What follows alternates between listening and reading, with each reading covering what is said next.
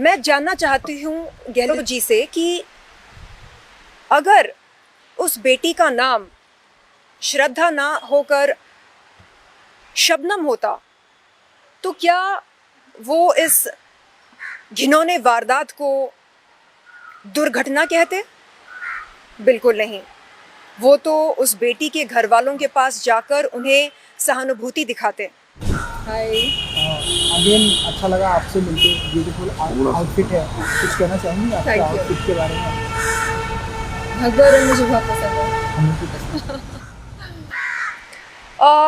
आज मैं आप सबसे जानना चाहती हूँ कि क्या किसी बेटी की निर्मम हत्या को दुर्घटना कहना उचित होगा? हाल ही में राजस्थान के मुख्यमंत्री ने ये बयान दिया कि श्रद्धा वालकर के साथ जो हुआ वो एक दुर्घटना है। हम सब जानते हैं न्यूज़ चैनल्स के माध्यम से कि कैसे देश की बेटी श्रद्धा वालकर के साथ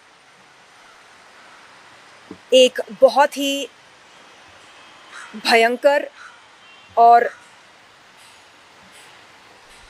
बहुत ही, मैं कहूँगी, गलत हादसा हुआ।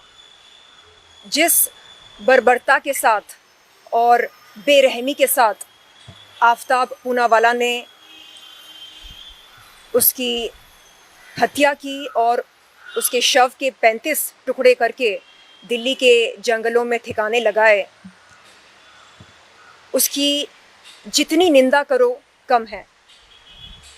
ऐसे वारदात के बारे में अगर कोई ये कहे कि ये दुर्घटना है तो ये अनुचित होगा, ख़ास तौर पर अगर वो शख्स कोई और नहीं बल्कि राजस्थान के मुख्यमंत्री अशोक गहलोत जी हों।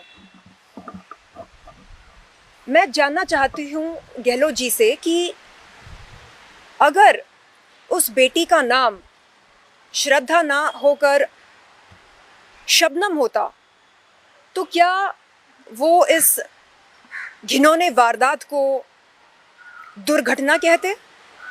बिल्कुल नहीं। वो तो उस बेटी के घर वालों के पास जाकर उन्हें सहानुभूति दिखाते। तो फिर श्रद्धा के मामले में वो इस हादसे को, इस हत्या को दुर्घटना क्यों कह रहे हैं? क्या वो आफताब पूनावाला के इस संगीन अपराध को कम करके उन्हें क्लीन चिट देना चाह रहे हैं? आखिर क्यों? तुष्टीकरण की राजनीति से हमें क्या हासिल हुआ है? लड़की चाहे मुसलमान हो या ईसाई हो या हिंदू हो, क्या वो इंसाफ की हकदार नहीं होती है यदि उसके साथ अन्याय होता है? जब मुझे एहसास हुआ कि गहलोत जी ने इतनी बड़ी बात कह दी इस अपराध के बारे में, तब मुझे लगा कि नहीं, एक बेटी होने के नाते, एक बहन होने के नाते मुझे बात करनी चाहिए इस विषय पर। आप बताइए। जिस तरह से ये सारा वारदात हुआ एंड आप जो है इस मुद्दे को आज आपने उठाया, कहीं ना कहीं अब सोशल मीडिया पे ऐसी भी बातें होने लगी हैं कि आपको कहीं ना कहीं पॉलिटिक्स ज्वाइन करना चाहिए, ऐसा लोगों का कहना है। व्हाट? जी देखिए, ऐसा नहीं है कि जिनको राजनीति का हिस्सा बनना होता है सिर्फ वो देश के मुद्दों पर अपनी टिप्पणी दे सकते हैं। मैं मानती हूँ कि श्रद्धा हमारी बहन थी, हमारी दोस्त थी, तो क्या हम उसके बारे में बात ना करें? तो क्या हुआ अगर उसने किसी दूसरी माँ के कोख से जन्म लिया? हम सब जुड़े हैं एक दूसरे के साथ, हम सब भारत देश के नागरिक हैं। और जो उसके साथ हुआ वो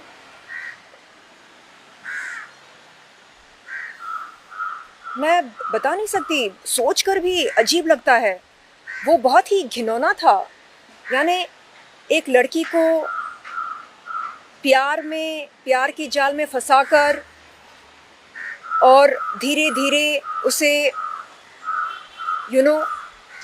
अपने काबू में करना, अपने वश में करना, और फिर जब वो उस रिश्ते से बाहर निकलना चाहती है तब उसे कमज़ोर बनाना मानसिक रूप से, और फिर एक दिन उसकी निर्मम हत्या करना। ये आमतौर पर हम फिल्मों में देखते हैं, लेकिन अब ये दरिंदगी, ये हैवानियत, ये हम असल ज़िंदगी में देख रहे हैं। तो मैं चाहती हूँ कि गहलोत जी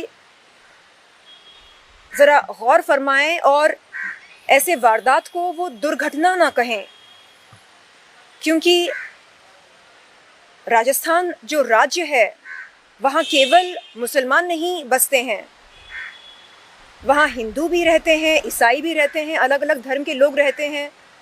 आप उन सब के मुख्यमंत्री हैं।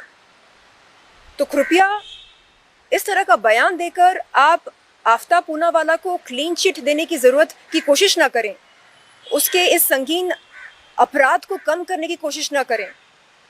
प्लीज़, ये मेरी विनती है आपसे गहलोत जी।